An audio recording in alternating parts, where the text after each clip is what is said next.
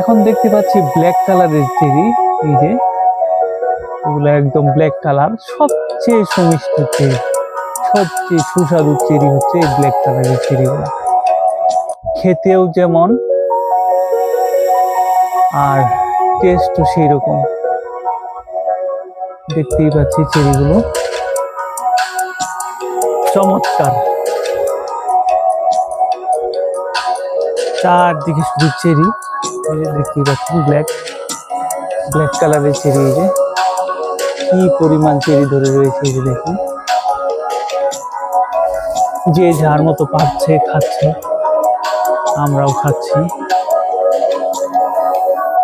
June মাসের মাঝামাঝি অর্থাৎ চেরি ফলের মৌসুম শুরু হয়ে গিয়েছে জাপানে।